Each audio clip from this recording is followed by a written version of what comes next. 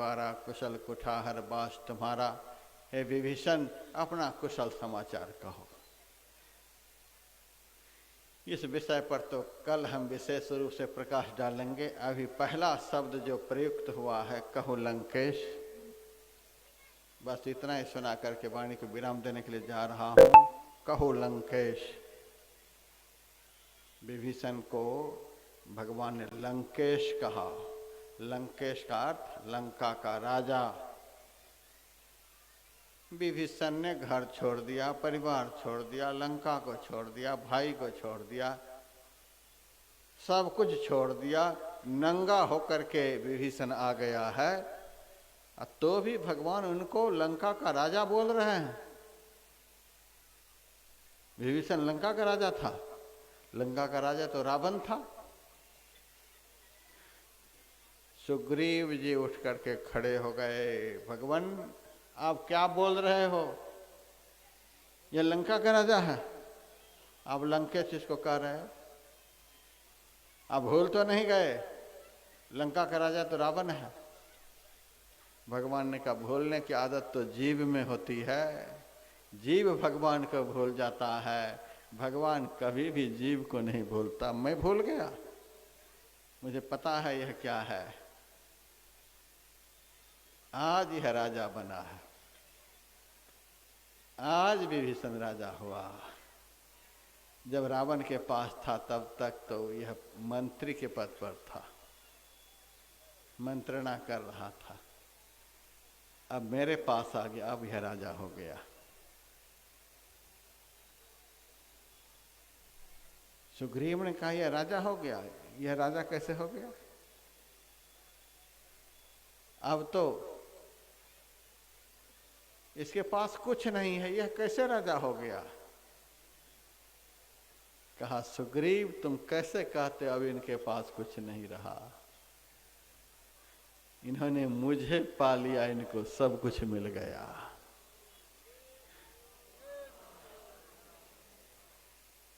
भगवान कृष्ण ने अर्जुन से कहा था, सर्वधर्मान् परित्यज्य मामेकं शरणं व्रज अहं त्वा सर्व पापेभ्यो मोक्षयिष्यामि मा शुचः। हे अर्जुन, तू सभी धर्मों को छोड़कर मेरी शरण में आ जा। सबसे बड़ा धर्म यही है कि किसी भी तरह से परमात्मा की शरण में पहुंच जाओ। अहं त्वा सर्व पापेभ्यो मोक्षयिष्यामि मा शुचः, मैं तुझे सभी पापों से रहित कर दूंगा, तो चिंता मत कर। आ जा एक बार मेरी शरण में। अब यह राजा बन गया। जिसको मैं मिल गया वह जीव राजा हो गया। अब तक तो यह कंगाल था। कंगाल इसीलिए था कि यह संसार को छोड़ नहीं रहा था। अब इन्होंने संसार को छोड़ दिया। संसार जैसे ही जीव से छूटता है वैसे ही उस जीव को परमात्मा प्राप्त होते हैं। परमात्मा जैसे प्राप्त होते हैं वैसे ही जीव की जीवत्व दशा छूट जाती और वह ब्रह्मत्व को प्राप्त कर लेता है। ब्रह्म स ब्रह्मविद स्वयं। आप अपने बाप को देख लेंगे तो बाप ही नहीं बन जाएंगे, भाई को देख लेंगे तो भाई नहीं बन जाएंगे, दुनिया का कुछ भी देख लेंगे तो वही नहीं बन जाएंगे। लेकिन शास्त्र प्रमाण है, ब्रह्म स ब्रह्मविद स्वयं।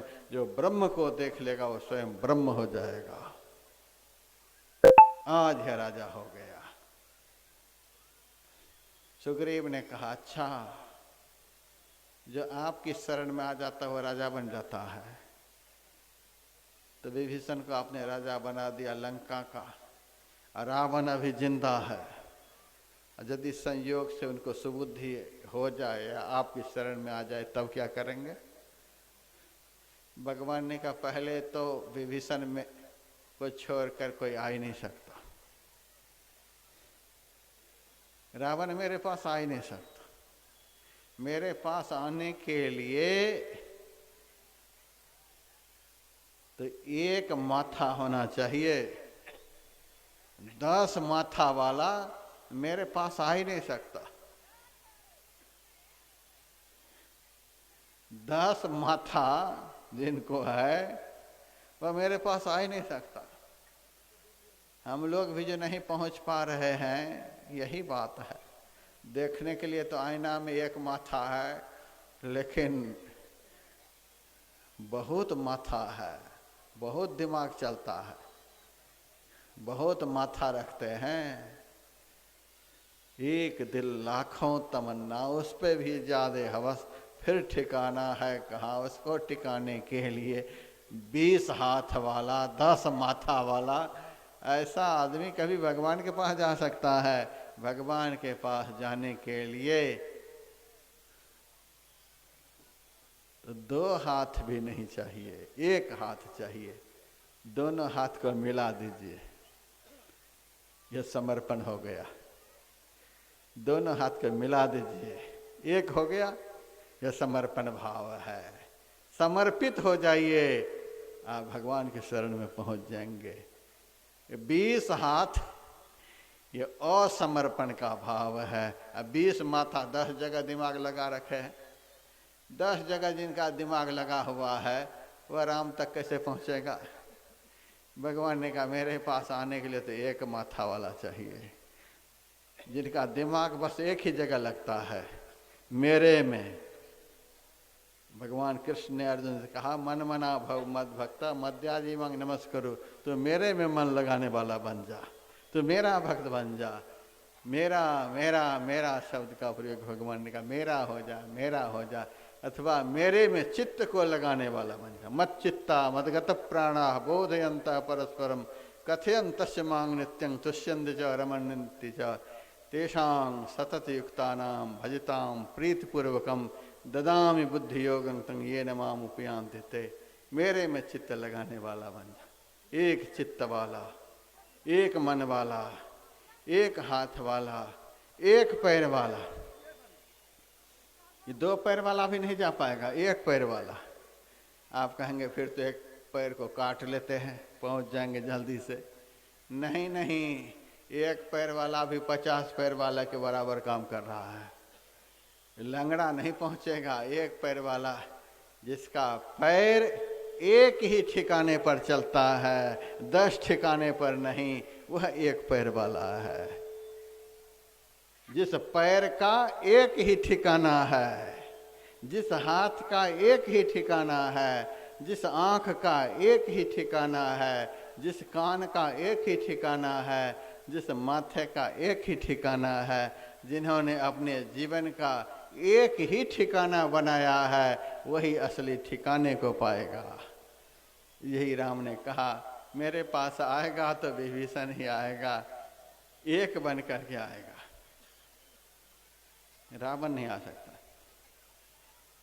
सुग्रीव बड़ा हठी था, हठ कर दिया, यदि आ जाए तो।